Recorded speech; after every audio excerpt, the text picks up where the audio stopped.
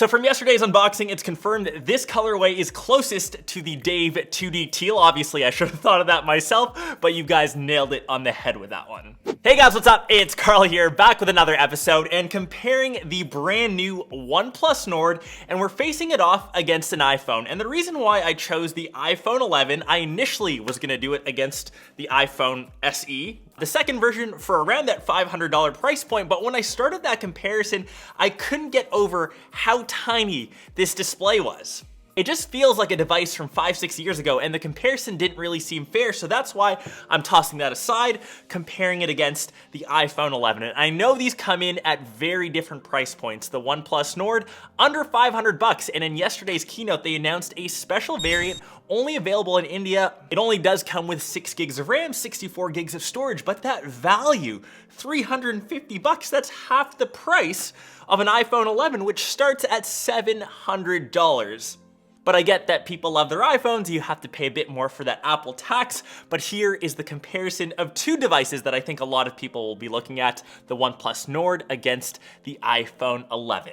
And if we start off with the thing that I mentioned first, which is price point, we'll get that out of the way. We are in two different leagues here. The version that I have here, this has 12 gigs of RAM, so it's the top spec. You're looking at around that $500 price point, which I honestly think is still great. Like I mentioned, the iPhone 11, you'll start off at $699, so $700, and you'll only get 64 gigs of storage. I'll let you guys decide if price is the deciding factor. Design-wise, they both feel great in the hand, and they actually feel a bit more similar than I initially thought. The OnePlus Nord does have rounded edges around the outside, and of course the iPhone, this design also hasn't changed in the past decade almost.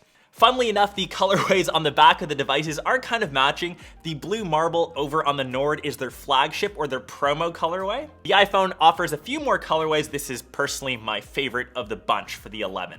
And when you flip to the front, this is where the biggest differences between these devices are. It's on the display. The iPhone is just straight up dated. It's old. We've got a notch the size of Mount Everest. The bezels are painstakingly large. And we only, sadly, have a 60 hertz display. I think it's the only flagship that has lagged behind on the display aspect. The OnePlus Nord did have to make a couple compromises to stay under that $500 price point, but you can't see a notch anymore.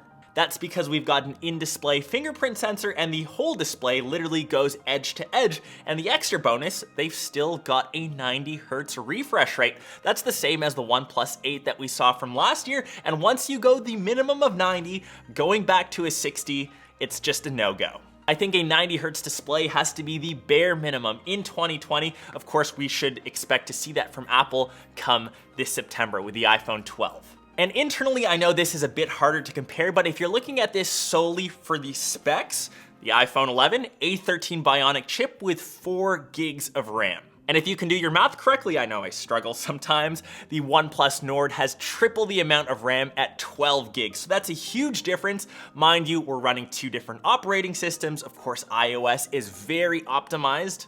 I would say both are still very quick, and both do feel like flagships. So anything that you throw at the devices, they'll handle totally fine. Just to keep that in mind, specs aren't necessarily everything, and I think we'll see that with what's on the back with the camera. And at first glance, once again, the OnePlus Nord, it's got a quad camera setup. And although the main camera on the Nord is a 48 megapixel sensor, it's an older Sony IMX586. We've seen it over on the OnePlus 8, and I would sum up the camera experience as just average. Sometimes it oversaturates colors, the dynamic range isn't really the best. I think the biggest benefit for the Nord is you have 4 different sensors to play around with. So the ultra wide, you've got a macro, a telephoto, and even the 2 sensors up front for your selfies. The iPhone 11, on the other hand, only has 2 sensors, 12 megapixels, also from Sony, but this is the strength of an iPhone. I find the camera systems on iPhones are typically some of the best in the smartphone. Switching now on to battery-wise, and of course, I can sum that up in a couple words. The OnePlus Nord is the clear winner here.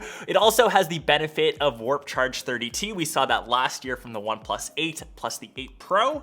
You can quickly juice up your device in 5 to 10 minutes and get another day's use, whereas the iPhone battery, this is honestly where it sucks again. You get the little small dongle in the box. We're still using outdated Lightning, so no USB-C, and who knows what happens with the next version of the iPhone. We might not even get a charging cable, so you'll have to either use an old one or buy one for 30, 40 bucks knowing Apple.